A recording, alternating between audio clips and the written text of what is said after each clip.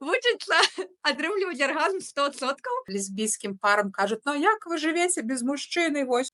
Прастацік у рэтра. І дасталі 142 лічынкі са скальпа гэтай дзяўчынкі. Міт, неправда, такая чуллівая тэма сёння.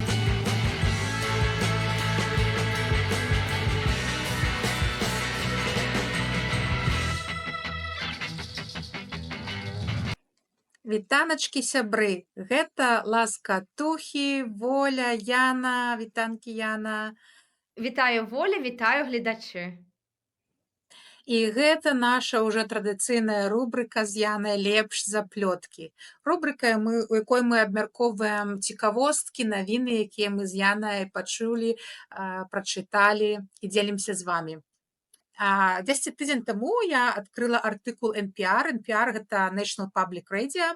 І там артыкул быў караценечкі, проста была навіна, што міністр сельскай гаспадаркі ЗША забараніў увозіць кароў, каней і бізонаў з Мексікі з-за непакоенасці мясаедным паразітам. Ну і мне вельмі гэта зацікавіла, што за такі мясаедны паразіт, і па-ангельску ён называецца New World Screwworm — лічынкі вінтавога чарвяка.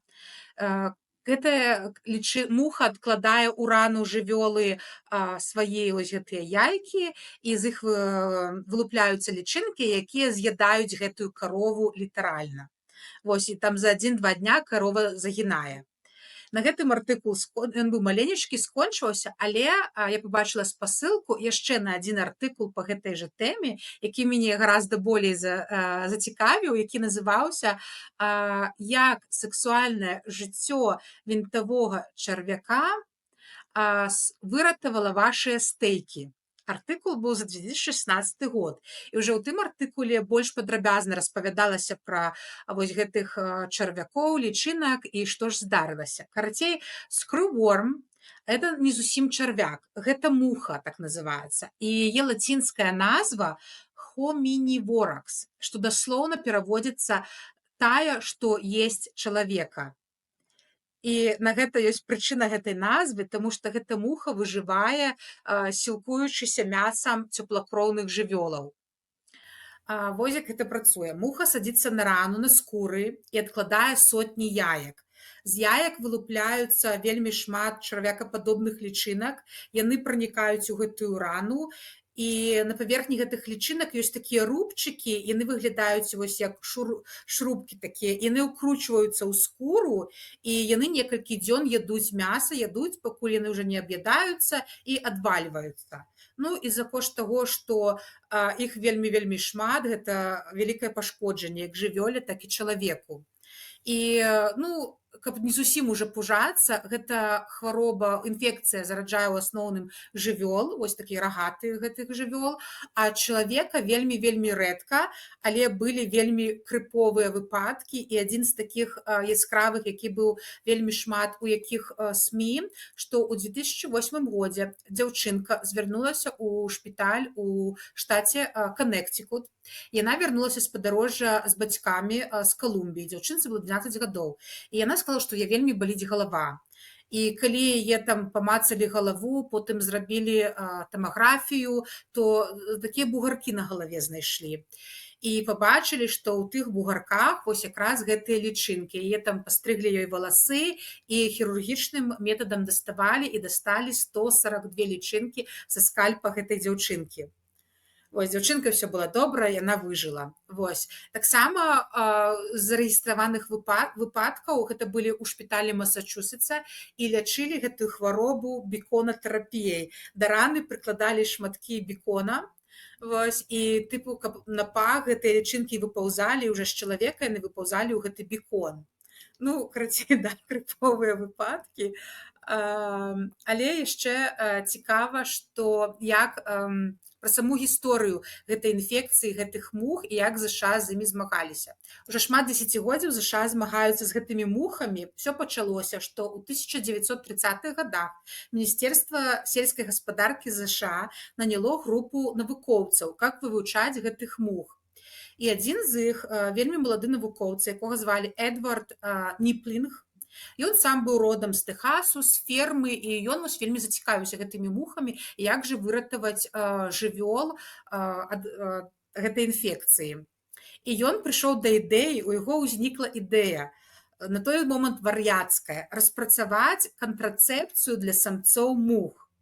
Ён хацеў, яго ідэя была такая, ён хацеў стэрылізаваць мноства самцоў у лабараторыі, а потым выпускаць іх на волю, і калі ўжо яны там будуць спарвацца, то лічынак ніякіх не атрымоўваецца, таму што гэтыя самцы будуць стэрыльныя.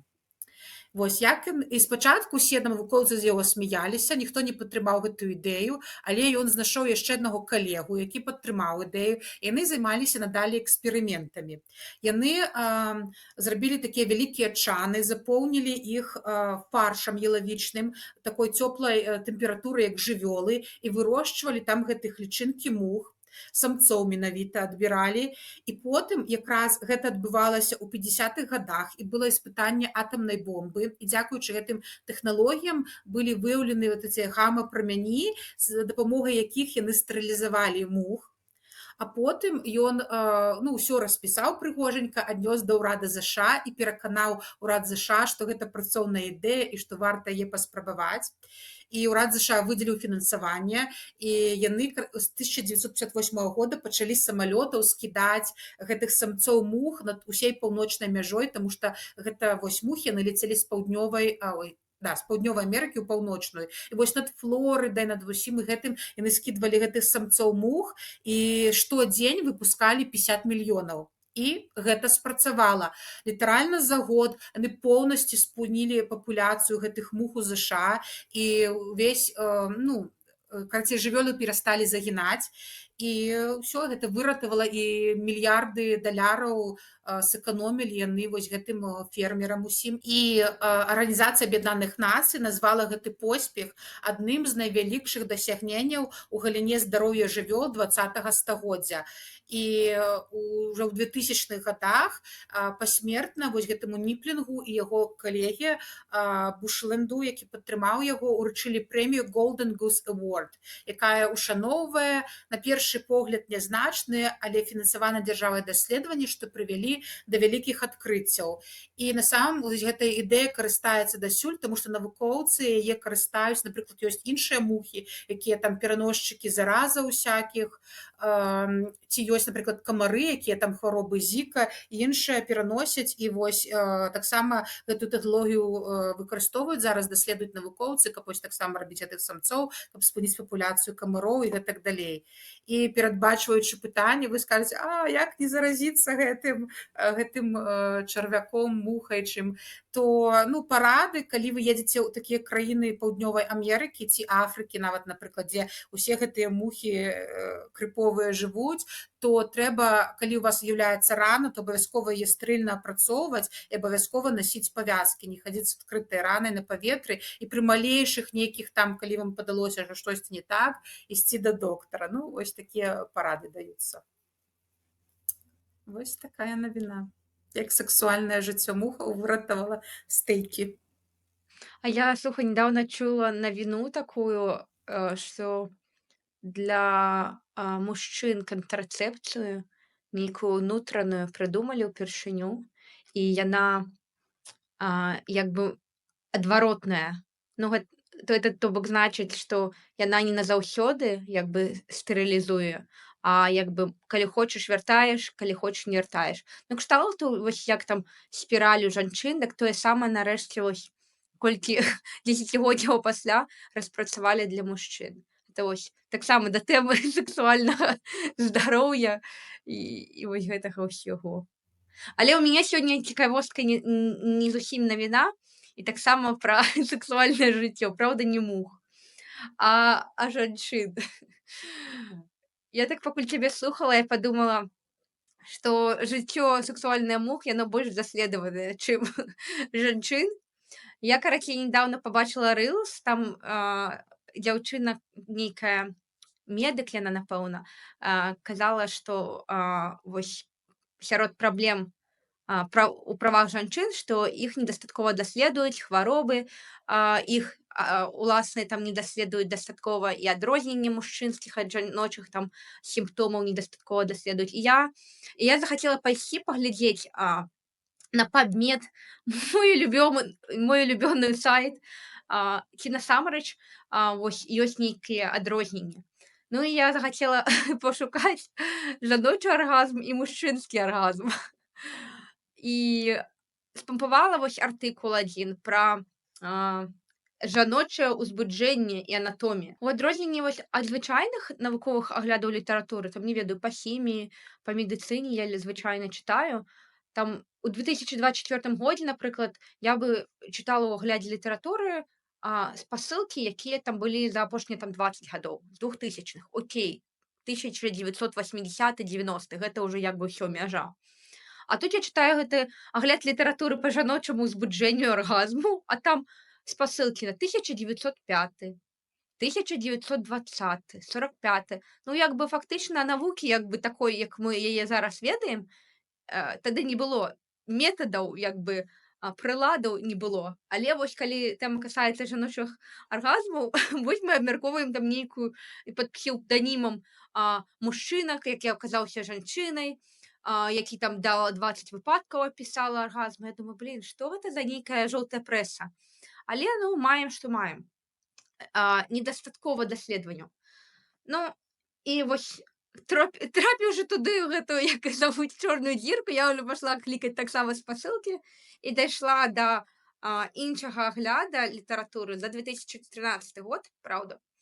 І там расказваецца і анатомія, і вось ну, такая механіка, не ведаю, анатомія, як адбываецца аргазм і як увогуле жаночыя гэтыя ўсе органы уладкаваны. Чаму гэта цікава? Таму што я бачу, што ёсць шмат у такой прэсе нейкіх мітаў, нейкіх ну зусім несуразістая, калі тычыцца жаночага там і здароўя і сексуальнага жыцця. І вось мне спадабалася, што гэта вось навуковы артыкул, які прамым тэкстам кажа некаторыя рэчы, якія ўсё яшчэ распаўсюджаны ў грамадстве, як быццам бы гэта праўда. Ну я зараз некаторыя з іх пералічу. Цікавосткі такія. Тут у артыкуле вельмі шмат фотак і відэа, таму наклікніце на спасылачку пад гэтым відэа і самі праглядзіце ўсё. Таму што на словах можа быць не незразумела, не ўпэўнена, Воля будзе ўстаўляць карціначкі гэтых крупных планаў ці не, але зараз раскажу. Ну тут асноўная тэма, якую аўтар прасоўвае, як бы кажа, што не-не-не, гэта неправда тое, што расказваюць у папулярнай там нейкай прэсе. Гэта тое, што існуе кропка G. Гэта абсалютна з пункту гледжання анатоміі міт, неправда, ніякай кропкі няма, не існуе, не шукайце. Потым цікавае. Аўтар кажа, што гэта міт, які прыдумалі ў 1905 годзе, што існуе вагінальны аргазм у жанчын.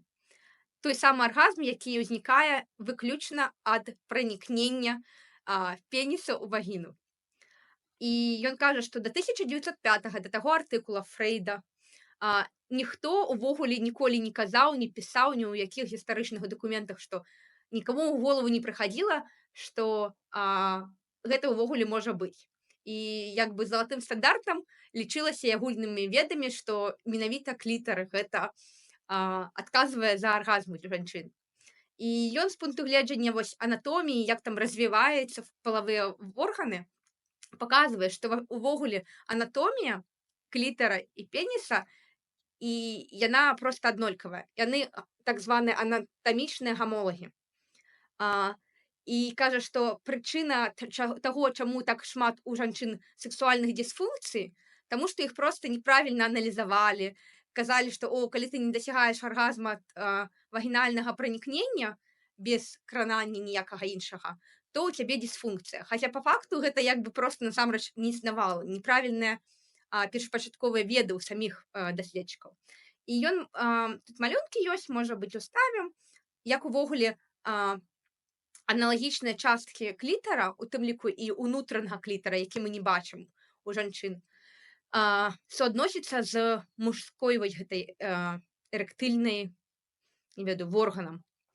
І там усё як бы вельмі падобна, і стадыі узбуджэння таксама падобныя, латэнтная фаза, калі кроў пранікае і больш крыві надаецца да гэтага клітара або пеніса. Потым там ужо ў канцы стадыя, калі зацвярдзення і змены як бы формы адбываецца. Гэта тое самае адбываецца і у жанчын, і ў мужчын, і таксама фоткі ёсць. Вось. Ну, карацей, і ён кажа, што вагінальнага аргазма не існуе. Вось. Але потым я прачытала яшчэ адзін артыкул, і там яны сказалі, што ў невялікай часткі жанчын яны рабілі МРТ і рабілі канкрэтна ўжо такія практычныя даследаванні і сказалі, што ёсць. Ёсць, але гэта настолькі рэдка, што там штосьці 0,1 штосьці адсотак, але яны знайшлі.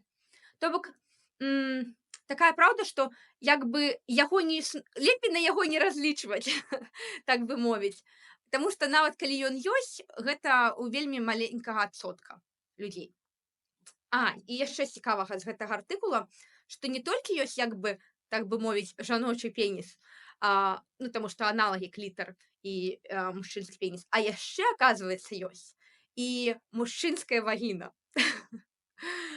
Гэта частка прастатік урэтра. Это частка, якая каля прастаты там ёсць.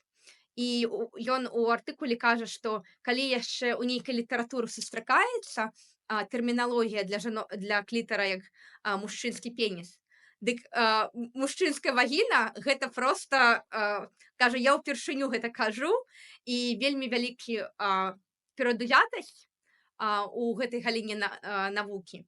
І кажа, але тым не менш ёсць працэсы, як бы як развіваліся з нараджэння падчас цяжарнасці жанчыны і мужчынскія і жаночыя органы, і можна праследзіць, што ва што перарасло пад уздзеяннем там пэўных гармонаў. І вось ён кажа, што і магчыма такое, што ў кагосьці больш развітая вось гэта ў мужчын прастатычная ўрэтра, у кагосьці не, але як бы зноў жа ёсць гамолагі ў жаночым арганізме і ў мужчынскім. І выснова такая, што клітар гэта асноўны орган узбуджэння ў жанчын.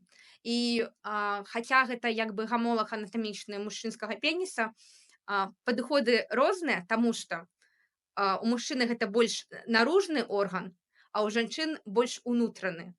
І таму жанчынам трэба больш там псіхалагічнай падрыхтоўкі, падрыхтоўкі да ўсіх іншых эрэктыльных частак цела, у тым ліку там і яны адзначаюць там смочкі і там бакавыя часткі палавых органаў вось знешне.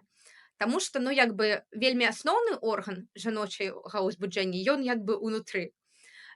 І яшчэ адзначае, што немагчыма, як бы там ні казалі, знутры неяк пенісам закрануць вось гэту ўнутраную частку клітара. Там даволі развітая сетка нерваў, і яны як бы ідуць у розныя часткі мозга. Нават той факт, што яны даказалі, што ёсць асобна вагінальны аргазм і клітаральны аргазм у маленькай часткі насельніцтва, яны гэта даказалі дзякуючы таму, што ёсць вельмі разветвённая сетка нерваў, і яны ідуць як бы да розных там частак мозга.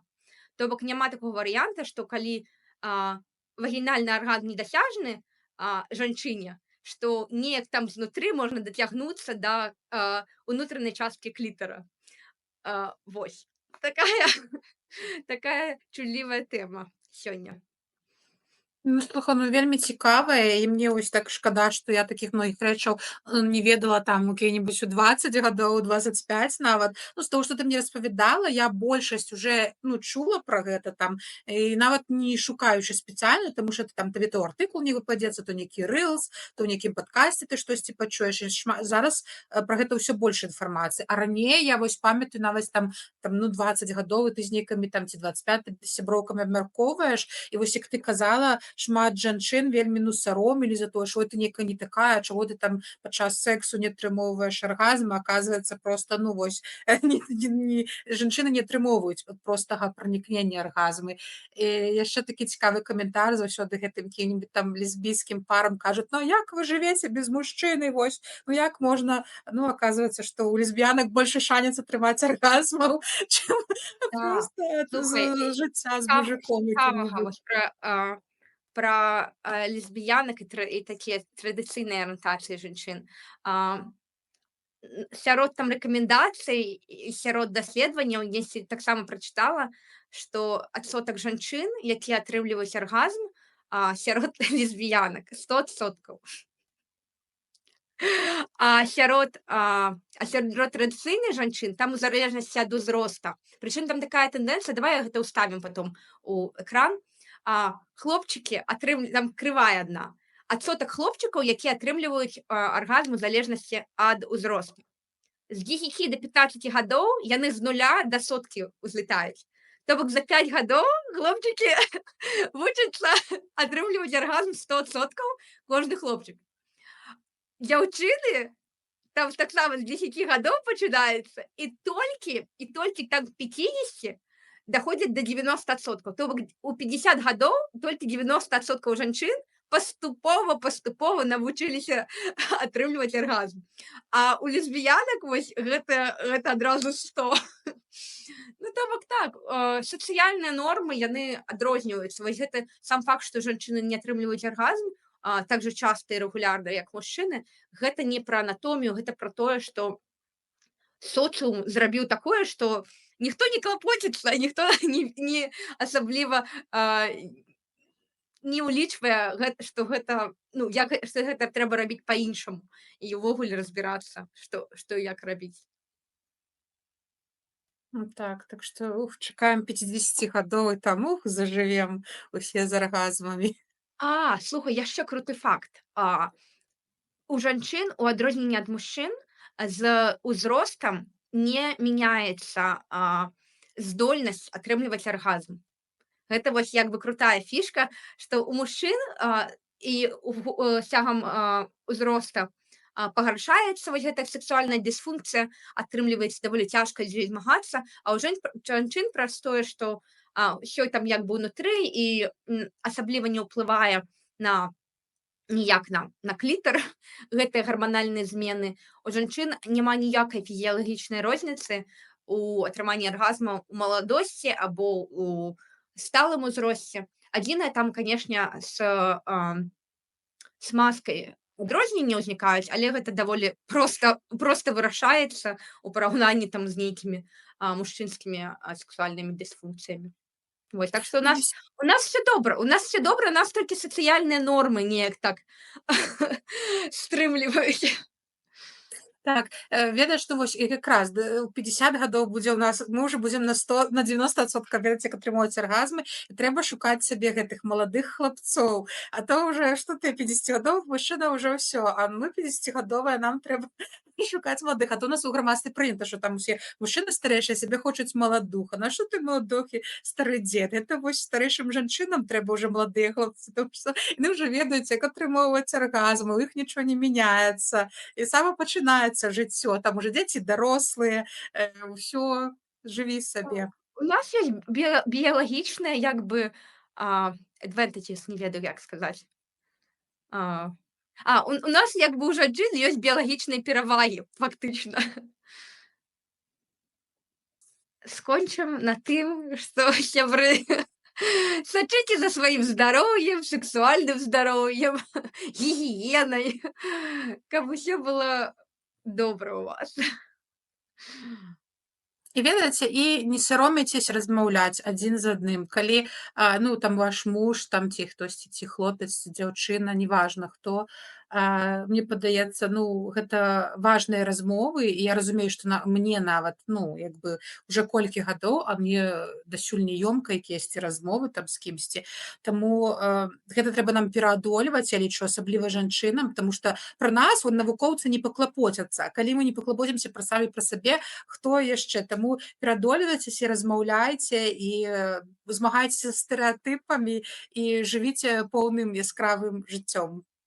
Так, я вельмі цябе падтрымліваю, там што трэба размаўляць. Увогуле вось гэтак сексуальная адукацыя. Проста дзіву даешся, што некаторыя людзі рэальна змагаюцца, каб гэтага не было там у школе. У мяне пытанне, дзе тады адукоўвацца? Варыянт адукоўвацца праз касмаполітан і чытаць пра кропку G і нейкія там гісторыі проста жаўтапрэсавыя. Ну, дык а што, гэта лепей, чым палагацца на нейкую навуку і адукацыйныя матэрыялы ад прафесіяналаў? Сябры, трэба адукоўвацца, пакуль няма адукацыі, хаця б размаўляйце і слухайце аднаго. Можа, вы самі знойдзеце праўду лепшую за навукоўцаў паміж сабой і партнёрам. Ну ўсё, сябры, да пабачэння. Пішыце каментары, пытанні, калі ў вас ёсць, ведаеце, дзяліцеся, лайкайце, падпісвайцеся і таксама не забывайцеся, калі ў вас ёсць магчымасць падтрымаць нас на Buy Me Coffee, каб мы надалей адукоўвалі вас, а не толькі сексуальна, а і ў іншых галінах. Пакуль-пакуль. Да пабачэння.